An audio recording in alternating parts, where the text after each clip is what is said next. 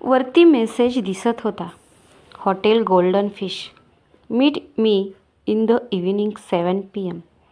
तिने एक सुस्कारा सोडला आणि अनुश्रीच्या केबिनमध्ये गेली. जाताना तिला समोर तसे तिच्या कपाळावर आट्या जमा झाल्या. काल फक्त तिच्यासाठी अविनाशने पार्टी दिली होती आणि नंतर जयश्री तिला जे काही बोलली ते ती अजून विसरली नव्हती. तिने खाली मान घातली आणि तिला क्रॉस करून जाऊ लागली. पण जुई, जयश्रीने हाक मारली. जुई मागे वळून जयश्रीकडे पाहिलं. काल मी जे काही बोलली ते तुला खूप लागलं का? जयश्रीने दुःखी चेहरा करून नाटकीपणाने विचारलं. नाही लागलं, कारण तू जे बोलली ते खोटं होतं, मग मला का लागेल? जुईने हसत उत्तर दिलं आणि जयश्रीचा चेहरा थोडा पडला. तू अविनाशला हेच सगळं बोलायला गेलेली का? तिला थोडं घाबरून विचारलं, कारण आत्ताच जुईला अविनाशच्या केबिनमधून बाहेर पडताना तिनं पाहिलं होतं. नाही, त्यांना विचारायची गरज नाही, माझं मला कळलं, जुई बोलली. जयश्रीने मनातच सुस्कारा सोडला. खूप भोळी आहेस, जाऊ दे, तुला विश्वास ठेवायचा नसेल तर राहू दे, पण मी जे बोलली ते खरंच होतं, तुला लवकरच कळलं ते. जयश्री बोलली.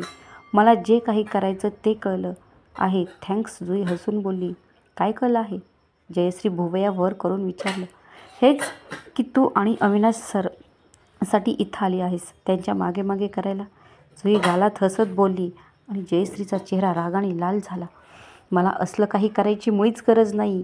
मी एक सुशिक्षित आणि चांगल्या घरातली मुलगी आहे, तुझ्यासारखी अनाथ आणि वेड्यांच्या हॉस्पिटलमधून आलेली नाही आहे, ओके?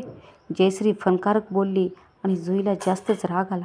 हे बघ, मी कुठून आले ते काढायची तुला काहीच गरज नाही, जुई रागात बोलली आणि तिथून जाणार तो जयश्रीने तिचा हात पकडून तिला थांबवलं. जुईने रागात तिच्याकडे बघितलं. म्हणजे आंटी खरंच बोलत होत्या, तुझं पूर्ण खानदान वेडं आहे, तो तुझा भाऊ. चुच कसं होणार तुझं? नाही म्हणजे तू स्वप्न पाहिलं असशीलच ना, एवढ्या मोठ्या घराची सून बनून जायचं, पण काय करणार? अविनाशनी तर तुला काम झालं की कचऱ्यासारखं फेकून दिलं. खूप वाईट झालं वाटलं असेल ना तुला? काळजी करू नको, तुला तुझ्यासारखा कोणीतरी नक्की मिळेल. शेवटी तुझी ही सुंदरता कधी कामी येईल. पण यावेळी जेव्हा तू एखाद्यावर डोरी टाकशील तेव्हा तुझ्यासारखा एखादा सिलेक्ट कर. उगीच श्रीमंत माणसाच्या नादी लागू नको, नाहीतर पुन्हा एकदा पश्चाताप करत बसावं लागेल. जयश्री कुचकेपणाने हसत बोलली. जुईला तिचा हात झटकला. तिला खूप राग आलेला, जयश्रीचा पण आणि अविनाशचा पण. रागात तिचे डोळे लाल झाले होते, पाणी पण आलेलं. तिनं ते पुसलं आणि रागातच पाय आपटत अनुश्रीच्या केबिनकडे गेली. इकडे जयश्री तिचे हात झाडले आणि थोडं हसतच तिथून अविनाशच्या केबिनकडे निघून गेली. तिथे अविनाशच्या केबिनवर टकटक केलं तेव्हा ना आकाशला फोन कळलं होतं की ती अविनाशची रिलेटिव्ह आहे, त्यामुळे तो तिला अडवत नव्हता. कम इन, अविनाशचा आवाज आला. ती लगेच हसत आतमध्ये गेली आणि त्याच्या समोरच्या चेअरवर जाऊन बसली. हाय अविनाश, जयश्रीने अगदी नाजूक आवाजात त्याला ग्रीट केलं. What do you want? अविनाशने मान वर न करताच विचारलं. त्याच्या कपाळावर किंचित आट्या उमटल्या होत्या, ज्या तिला दिसल्या नाहीत. ती काल ॲक्च्युली मला तुम्हाला थँक्स बोलायचं होतं. इतकी छान बर्थडे पार्टी पहिल्यांदा बघितली आणि ते सगळं तुम्ही माझ्यासाठी केलं. मी खूप खुश आहे, जयश्री एक्साईट होत बोलली. झालं? Then go to your work, तो बोलला. जयश्री मनातून थोडी खट्टू झाली. मला तुम्हाला काहीतरी सांगायचं होतं. कालच सांगणार होते, पण तुम्ही एकटे भेटलाच नाही. जयश्री दीर्घ श्वास घेत बोलली. बोल. त्याने लॅपटॉपमधून मान वर करून तिच्याकडे पाहिलं. तिचे डोळे लगेच चमकले. ते मला तुम्ही खूप आवडता. इनफॅक्ट आंटी पण मला बोलत होत्या की आपली जोडी खूप चांगली दिसेल. सो, जयश्री थोडं लाजत बोलली आणि त्याच्याकडे श्वास रोखून बघू लागली. So you want to marry? त्यांनी भुवया वर करून विचारलं. हो, तिने लगेच उत्तर दिलं. ओके, आय एम रेडी, तो बोलला आणि ती चेअरवरून उठून उभी राहिली. खरंच? तिने अविश्वासाने विचारलं. येस, पण तो बोलला. ती जबरदस्त खुश झालेली आणि हे तिच्या हावभावावरून कळत होतं. पण काय? तिने विचारलं. माझ्याशी लग्न करणाऱ्या मुलीला रिस्क घ्यावी लागेल. माझे खूप दुश्मन आहेत, तो बोलला. मला काही प्रॉब्लेम नाही, तसेही तुमचे बॉडीगार्ड आहेतच की, लगेच हात हलवत बोलली. येस, स्टील रिस्क तर आहे, तेही जीवाची. आणि हो, मी लहानपणापासून कधीही माघार घेऊ शकतो, कारण मी या बाबतीत स्टेबल नाही, तो स्पष्ट बोलला. चालेल, नो प्रॉब्लेम, ती बोलली. एकदा तुम्ही होकार दिला की माझं काम झालं. पुढे मी तुम्हाला माझ्या प्रेमात नक्कीच वेड करेन आणि मग तुम्ही पण स्टेबल व्हाल. आई, जीवाची भीती, तीही एवढी श्रीमंत आणि बॉडीगार्ड असताना. ही तर फक्त छोटीशी गोष्ट आहे. पैशाने काहीही करता येतं, फक्त या छोट्याशा गोष्टीसाठी. तरी मी तुम्हाला नाही गमावणार, जयश्री मनातच बोलली. फाईन, तू जा मग. तू बोल, मी अंकल आणि आंटीला सांगते, ती आनंदाने बोलली. हो, पण मला वाटतं तू आणखी एकदा विचार करावा दोन्ही गोष्टींचा. पुन्हा मला प्रेम करू नको, तो निर्विकारपणे बोलला. डोंट वरी, मी आंटीशी बोलते, ती बोलली आणि त्याच्या बाजूला आली. त्यांनी डोळ्यांनीच काय म्हणून विचारलं आणि त्यावेळी तिने खाली झुकून त्याच्या गालावर किस केलं. व्हॉट द अविनाश रागात बोलला, पण त्यावेळी त्यांनी स्वतःला कंट्रोल केलं. बाय, ती हसून डोळे मिचकावत बोलली आणि तिथून बाहेर पडली. ती जाताच अविनाशने रागात समोरच्या टेबलवर हात आपटला. अविनाशने टिश्यू पेपर घेऊन लगेच गाल साफ केला. थोडं शांत झाल्यावर त्यांनी एक नंबर डायल केला. हॅलो प्रकाश. हा सर, बोला. प्रकाश, तुम्ही सांगितलेला प्लॅन आपण वर्क करत आहोत, अविनाश बोलला. येस येस, हे होईना बात. मी तरी विचार करतच होतो की आत्ता मॅडम मुंबईला आहेत, तर हा प्लॅन कंप्लीट व्हायला हवा. तो त्याच्या बोळातून नक्कीच बाहेर पडेल, प्रकाश आनंदाने बोलला. प्रकाश, मॅडम इन्व्हॉल्व नाहीत. तिचे जीवाची रिस्क कधीच नाही घेऊ शकत मी. कोणा दुसऱ्यासोबत लग्न करतोय. आणि अविनाश थंडपणे बोलला आणि प्रकाश गोंधळून गेला. पण सर प्रकाश, त्याला फक्त माझा आनंद बघायचा नाही. मग मी कोणाशी लग्न करू? तो त्या व्यक्तीला नुकसान नक्कीच पोहोचवेल, मला फक्त त्रास देण्यासाठी. सो आत्ता त्याला पकडण्याचा चान्स आहे. तुम्ही रेडी राहा, मी माझ्या माणसांना पण रेडी करतो. बाकी कुठेही मॅटर लीक होणार नाही याची काळजी घ्या, अविनाश बोलला. ओके सर, मला पुढे काय करायचं ते सांगा, प्रकाश बोलला. अविनाशने फोन कट केला आणि एक दीर्घ श्वास घेतला. तोपर्यंत करत होता, पण त्याला जुईची काळजी वाटत होती. जर त्याच्या लग्नाची बातमी तिला कळली तर तिची काय अवस्था होईल, तो विचार पण करू शकत नव्हता. तिचा रडका चेहरा डोळ्यासमोर येताच त्याच्या हृदयात वेगळीच कळ उठत होती. नाही, तिच्या सगळी खचून जाईल. तिला मला एवढं दुःख नाही द्यायचं, मला काहीतरी करावं लागेल, तो डोळे झाकून स्वतःशीच बोलत होता. इकडे जुईने प्रेझेंटेशन अनुश्री मॅडमना दाखवलं. विजय पण या व्यक्तीच्या सोबत होता. बरं, आता आमचं काम झालेलं आहे. जेव्हा हा प्रोजेक्ट सुरू होईल तेव्हा आपण भेटू, पण आत्ता आम्हाला निघायला हवं, विजय अनुश्रीला हात मिळवत बोलला. हो, नक्कीच भेटू. जुई, आज रात्री माझ्या घरी डिनरसाठी येतेस का? अनुश्री, नो मॅडम, मी आज रात्री दिल्लीला जाते, ती बोलली. अरे, हे तू कधी ठरवलं? आय मीन, आपली उद्याची तिकीटं काढली आहेत, विजयने थोडं आश्चर्याने विचारलं. नाही, माझा भाऊ, त्याला थोडा फेवर आहे आणि मी तिथे असल्याशिवाय तो मेडिसिन घेत नाही. सो मी आज रात्रीच जाते, जुई जबरदस्ती हसत बोलली. बरं, मग भेटू पुन्हा कधीतरी, अनुश्री. हो नक्कीच, जुई बोलली. दोघे पण केबिनमधून बाहेर आले. जुई, आज तू मला तुझी मुंबई फिरवून दाखवशील का? विजय, सॉरी, पण मला थोडी रेस्ट घ्यायची आहे. तुम्ही मुंबई दर्शन गाडीमध्ये बसा, ते सगळं दाखवतील, जुई बोलली आणि तिथून निघून गेली. संध्याकाळी जुई एक टाईम बघितला, 7 वाजत आलेले. त्यांनी तिची पर्स घेतली आणि हॉटेल गोल्डन फिश गाठला. मिस्टर देसाई रिसेप्शनमध्ये विचारलं. 1 मिनिट मॅडम. रिसेप्शनवालीने कोणाला तरी फोन केला. मिस जुई, तिने विचारलं. जुईने होकारवरती मान हलवली. मग तिने ओके बोलून फोन ठेवला. मॅडम, वरच्या फ्लोअरवर सेकंड प्रायव्हेट केबिनमध्ये जावा, ते अजून आले नाहीत, तुम्हाला वाट बघायला सांगितलं आहे, ती बाई बोलली. थँक्स, जुई बोलली आणि तिने दाखवलेल्या दिशेला गेली. केबिन छोटीच होती पण पॅक होती. ती जाऊन तिथं बसली. त्यांची वाट बघत मिस्टर देसाई, अविनाशचे डॅडी. तिला 8 महिन्यांपूर्वी ती जेव्हा त्यांना भेटायला गेली होती तो क्षण आठवला. असंच ती त्यांच्यासमोर त्यांच्याच रूममध्ये बसली होती. काय बोलायचं आहे, मिस्टर देसाईंनी विचारलं. सर, तुम्ही बोलल्याप्रमाणे मी इथून दूर निघून जाते, ती बोलली. तुला जावंच लागेल. मी अगोदरच सांगितलं आहे की वेड्यांच्या हॉस्पिटलमधून आलेली मुलगी माझी सून नाही होऊ शकत, मिस्टर देसाई करार आवाजात बोलले. हो, पण तुमच्या मुलाने मनात आणलं तर सगळं काही होऊ शकतं. तुम्हीच काहीच करू शकणार नाही. ती थोडी हसत बोलली. तो असं काही करणार नाही. मुळात प्रेमाने लग्न या दोन्हीपासून तो खूप दूर आहे, मिस्टर देसाई बोलले आणि तिने पर्समधून अंकलीट काढला.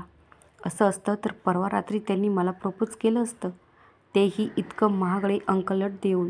ती अंकलेट दाखवत बोलली आणि देसाईचा चेहरा पडला. हे हे त्यानं दिलं तुला? देसाईने अविश्वासाने विचारलं. फक्त दिलं नाही, खाली झुकून माझ्या पायात घातलं, ती बोलली आणि देसाई शॉक झाले. तो असं काही करणार नाही, ते नकारार्थी मान हलवत बोलले. त्यांनी केलं हे आणि कदाचित उद्या मला लग्नासाठी पण नक्कीच विचारतील. ती खोटं खोटं बोलली. खरं तर आजच अविनाश बिहेवियर बघून तिचं गोंधळून गेली होती. तो सरळ सरळ तिला अंकलेट नेकलेस करत होता, पण तिला सध्या खोटं बोलण्याशिवाय पर्याय नव्हता. काय हवंय तुला? तू त्याच्या लाईफमधून दूर जा. अगोदरच घरात एक वेडी आहे, मला दुसरी वेडी नको आहे. तो त्याचं आयुष्य खराब करून टाकशील, देसाई वैतागून बोलले. जी पहिली वेडी आहे तीच मला द्या, मी जाईन इथून दूर. अंकलित पुन्हा पर्समध्ये ठेवत बोलली आणि मिस्टर देसाई पूर्ण गोंधळून गेले. व्हॉट? काय बोलली तू? त्यांनी गोंधळून विचारलं. त्यांना त्यांच्या कानावर विश्वास वाटत नव्हता. मिसेस कल्याणी देसाई, अविनाश सरांची आई. त्यांना मला द्या, जुई ठामपणे बोलली. वेडी आहेस का? तिला घेऊन तू काय करणार? एक मिनिट, आमची प्रॉपर्टी हडपण्याचा तुझा काही वेगळा प्लॅन आहे का? मिस्टर देसाईंनी रागात विचारलं आणि जुईने त्यांची क्यू करावीशी वाटली. नाही सर, तुमची एवढी मोठी प्रॉपर्टी घेऊन मी काय करणार? मी तर मला जितकं मिळतं तेवढ्यात खूप समाधानी आहे. मला फक्त त्यांना घेऊन जायचं आहे, त्यांना ठीक करायला, जुई बोलली आणि मिस्टर देसाई हसू लागले. तू खरंच वेडी आहेस. जिला पूर्ण हॉस्पिटलची टीम व्यवस्थित करू शकली नाही, तिला तो ठीक करणार. स्वप्न बघतेस का, तेही दिवसा? मिस्टर देसाईंनी कुचकेपणाने तिला विचारलं. हो, स्वप्न पाहते. मला आवडतच स्वप्न बघायला. पण हो, ती स्वप्न पूर्ण करण्यासाठी सुद्धा मी तितकंच प्रयत्न करते आणि खरंच मी कल्याणी आंटीला बरं करण्याचा प्रयत्न करेल, ती अविश्वासाने बोलली. हे बघ, माझी आत्ताच वाईफ कल्याणीची व्यवस्थित काळजी घेते. शेवटी बहीण आहे तिची. तुला तिची काळजी करण्याची काहीच गरज नाही. तू जाऊ शकते. मिस्टर देसाई आता सिरियस होत बोलले. त्या किती काळजी घेतात त्याच्याशी मला काहीच करायचं नाही आहे. कोल्हापूरमध्ये असताना गंगाजीला सांगून आलेली की त्यांच्या मुलीला मी ठीक करेल. बस मला तेच कर्तव्य पूर्ण करायचं आहे. जुई, तू काही स्वतःला एखाद्या सिरियलची हिरोईन समजते का? कोणाला तरी सांगून आली आणि मग घेऊन जाणार, ठीक करणार. ही सगळी फिल्मी आहे. मिस्टर देसाई बोलले. सर, मला तुमची लव्ह स्टोरी माहीत आहे, गंगाजींनी सांगितली. तुम्ही कॉलेजमध्ये असताना कल्याणी आंटीच्या प्रेमात पडला. त्यांना पाहण्यासाठी तुम्ही त्यांचेच घरी कानावं लावली. फक्त त्यांच्यासाठी तुम्ही त्यांच्या शाळेसमोर दिवस दिवस उभे असायचा, फक्त त्यांना भेटता यावं म्हणून. थोडं प्रेम करत होता. अगदी त्याच्या वडिलांना जाऊन तुम्ही त्यांचा हात देखील मागितला. लग्नानंतर ते प्रेम कुठे गेलं? त्या वेडे झाल्या की तुम्ही त्यांना वाऱ्यावर सोडून दिलं. खरंच तुमचं एवढं प्रेम स्वार्थी होतं का? जुईने विचारलं आणि मिस्टर देसाईचा चेहरा थोडा विचित्र झाला. हे बघ, या गोष्टी पूर्ण माहीत नाहीत, त्याबद्दल बोलू नको, मिस्टर देसाई रागात बोलले. हे बघा, मला आई नाही. माझ्या भावाला आणि मला त्या वेड्यांच्या हॉस्पिटलमध्ये त्यांच्यात आई दिसली, म्हणून मला त्यांना टेक करायचं आहे. गंगा आजींना एकत्र त्यांना भेटायचं आहे. यात खरंच माझा दुसरा कोणताही उद्देश नाही, जुई कळवळून बोलली. मिस्टर देसाईंना एक क्षणभर तिच्याकडे निरखून पाहिलं, जणू ते तिच्या मनाचा ठाव घेत होते. सुनंदा तिची बहिणीला कुठे जाऊ देणार नाही. तिचं कल्याणीवर खूप प्रेम आहे, म्हणून तर तिचं पूर्ण हॉस्पिटलची जबाबदारी घेते. मिस्टर देसाई सुस्कारा सोडत बोलले. हो, पण काही दिवसांपूर्वी त्याच बोलत होत्या ना की कल्याणी आंटीला कुठेतरी दुसऱ्या देशात पाठवायचं आहे, जिथे त्यांची चांगली देखभाल होईल, जुई बोलली आणि मिस्टर देसाईंनी डोळे बारीक करून तिच्याकडे पाहिलं. तू आमचं बोलणं चोरून ऐकतेस का? त्यांनी विचार केला. असं काही नाही, सहज कानावर पडलं. हो, इथे तर ठीक होतं. नाही, तिला आत्ताच झटका आलेला, म्हणून तिला दुसरीकडे पाठवायचे आहे. सुनंदा हॉस्पिटल शोधत आहे तिच्यासाठी. देसाई. ओके, तर मग तुम्ही सांगा त्यांना की तुम्ही कल्याणी आंटीला चांगल्या हॉस्पिटलमध्ये ठेवलं, तेही दुसऱ्या देशात. जुई. वेडी आहेस का? काय विचारतोय मी ते पण तुला? खरंच वेडी आहेस तू? हे काय चाललं आहे? मिस्टर देसाई वैतागून बोलले. हे बघा, मी प्रॉमिस करते, पुढच्या 1 वर्षात मी त्यांना व्यवस्थित करेल. मग तुम्ही तुमच्या वाईफला सरप्राईज द्या. तसंही त्यांना कल्याणी आंटीला व्यवस्थित पाहिजे आहे. त्या नक्कीच खूप खुश होतील, जुई बोलली. आणि मिस्टर देसाई जाम वैतागले. तुला काय करायचं ते कर, जा तिला घेऊन. तसे त्या बाईशी माझं काहीच देणं गेलं नाही. मिस्टर देसाई दात ओठ खात बोलला आणि जुईला थोडा आनंद झाला. ओके, तुम्ही या कागदावर साईन करा. उद्याच मी इथून दूर जाते. बोलता बोलता तिचे डोळे पाणवले. मिस्टर देसाईंनी चष्मा घालून कागद पाहिला. हॉस्पिटलची पेपर होते, म्हणजे ती सगळी तयारी करून आली होती. त्यांनी रागात त्यावर साईन केली. आता तू आणि कल्याणी दोघीचं पुन्हा तुमचं तोंड दाखवू नका, मिस्टर देसाई बोलले. थँक्यू सर, ती हलकेच बोटांनी डोळे पुसत बोलली. हाय आवाज. आणि जुई भानावर आली. समोर मिस्टर देसाई येऊन बसले होते. ती लगेच उठून उभी राहिली. हॅलो सर, तिने हसून ग्रीट केलं. सीट, ते बोलले की मग बसले. इथं का आणि कशासाठी आली आहेस? तू तर बोलली होती येणार नाही. मग त्यांनी डायरेक्ट मुद्द्याला हात घातला. सर, ऑफिस वर्क, ती बोलली. नक्की? मिस्टर देसाईंनी नजर रोखून विचारलं. हो सर. जुई तडक 1 लिटर पाणी आणि ज्यूस घेऊन आला. Hello sir. Hello ma'am. तो टेबलवर पाणी आणि ज्यूस ठेवून हसत बोलला आणि ऑर्डरसाठी तिथेच उभा राहिला. What do you want, mister Desai? Thanks a lot, मला काहीही नको आहे जुई. ओके, 1 कॉफी, मिस्टर देसाई त्या वेटरला बोलले. Okay sir. तो वेटर गेला आणि जाताना केबिनचा दरवाजा थोडासा ओपन करून गेला. हाऊ इज सी, मिस्टर देसाईंनी विचारलं. जुईनं थोडं चमकून त्यांच्याकडे पाहिलं. एकदम ठीक आहेत आणि थँक्स. कमीत कमी त्या कशा आहेत ते विचारलं. जुई बोलली. फाईन. मी आत्ता सुनंदाला तिच्याबद्दल सांगणार आहे. गेले 8 महिने तिने माझं डोकं खाल्लं होतं. तिला व्यवस्थित जेवण पण जात नव्हतं. फक्त त्या बाईच्या काळजीने आता तिला सांगेल, मग एकदा दिल्लीला घेऊन येईल. पण मिस्टर देसाई बोलायचे थांबले. पण काय? जुई, तिला आमच्या घरी यायला कधीच भेटणार नाही. तिचा जो काही खर्च असेल तो मी करेल. तू आणि तुझं भाऊच तिचा सांभाळ करा. मी दुप्पट पैसे देईल, मिस्टर देसाई बोलले. जुईला खूप वाईट वाटलं. No sir, thanks a lot. पण आईचा सांभाळ करण्यासाठी कोणी पैसे देत नाही, जुई बोलली. आणि मिस्टर देसाई तिच्याकडे पाहून हसले. हे सगळं बोलायला सोपं आहे. जेव्हा तुझं लग्न होईल किंवा तुझ्या लाईफमध्ये प्रॉब्लेम्स येतील, तेव्हा या ज्या इमोशन्स आहेत त्या भुरकन उडून जातील, मिस्टर देसाई. नाही उडणार. मी त्या उघडू देणार पण नाही, जुई ठामपणे बोलली. आणि त्याच वेळी तिचं लक्ष दरवाजाकडे गेलं. कोणीतरी बाहेर उभे राहून त्यांचं बोलणं ऐकत असल्यासारखे तिला वाटलं. 1 मिनिट सर, ती लगेच बोलली आणि दरवाजाच्या दिशेने गेली. ते दरवाजा उघडणार इतक्यात बाहेरून दरवाजा उघडला गेला आणि मगाचा वेटर कॉफी घेऊन आतमध्ये आला. ती मग पुन्हा तिच्या जागेवर येऊन बसली. त्यावेळी कॉफी ठेवली आणि तो निघून गेला. आत्तासुद्धा दरवाजा थोडाच उघडाच ठेवला होता. ती काही बोलणार तोच. थँक्स यू सो मच, त्या बाईसाठी, तू जे काही केलं त्यासाठी. पण मिस्टर देसाई पुढे काही बोलणार तेवढ्यात. सर, कधीपासून ऐकते तुम्ही ती बाई असा उल्लेख करत आहात? हे विसरू नका की त्याच बाईने तुम्हाला अविनाशसारखा मुलगा पण दिला आहे. जे थोडं रागात बोलली. हो दिला आहे, पण तिने त्यापेक्षा आणखी बरंच काही दिलं आहे. ते डिस्कस नाही केलं तर बरं. आता मला तिच्याबद्दल काहीच बोलायचं नाही. तुला गरज लागेल तेव्हा पैसे माग, मी देईल. पण इथून पुढे मुंबईला यायचं नाही. आणि हो, अविनाशपासून दूर राहायचं. ऑफिस वर्कसाठी सुद्धा त्याच्या कंपनीशी रिलेटेड कुठलंच काम घ्यायचं नाही. कारण आता त्यांचं लग्न आहे आणि ते एकदम निर्विघ्न पार पडावं असं मला वाटतं, मिस्टर देसाई रागात बोलले. आणि त्यांचं शेवटचं वाक्य ऐकून जुईच्या पायाखालची जमीन सरकली. काय? लग्न? तिने कचरत विचारलं. येस, अविनाश आणि जयश्री दोघेही एकमेकांना लाईक करतात. सो आम्ही त्यांचं लग्न ठरवतो आहे. आजच मला हे कळलं. येत्या काही दिवसात एंगेजमेंट आणि मग मॅरेज असेल. म्हणून जोपर्यंत लग्न होत नाही तोपर्यंत तू मुंबईला कोणत्याच कारणासाठी यायचं नाही, मिस्टर देसाई बोलले. जुई पूर्ण शॉक झाली आणि तिच्या नकळती तिचे डोळे पाणी पाझरत होते. हातपाय लटलट कापत होते. See, I know you love him, but please no move on. Jayashree is perfect for him. आमच्या नात्यातली आहे शिवाय आजच अविनाश आणि जयश्रीने एकमेकांना प्रपोज केले. सो आता तू त्याचा विचार सोडून दिला तर बरं होईल तुझ्यासाठी. मिस्टर देसाई तिच्या डोळ्यातील पाणी पाहून निर्विकारपणे बोलले.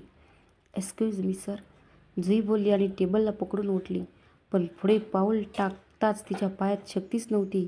बाई एकाच जागी खेळून राहिली होती. खूप प्रयत्न करून कशीबशी ती त्या केबिनच्या बाहेर पडली आणि तिथून वॉशरूममध्ये गेली. तिथून बाहेर येताच तिच्या अश्रूंचा बांध फुटला आणि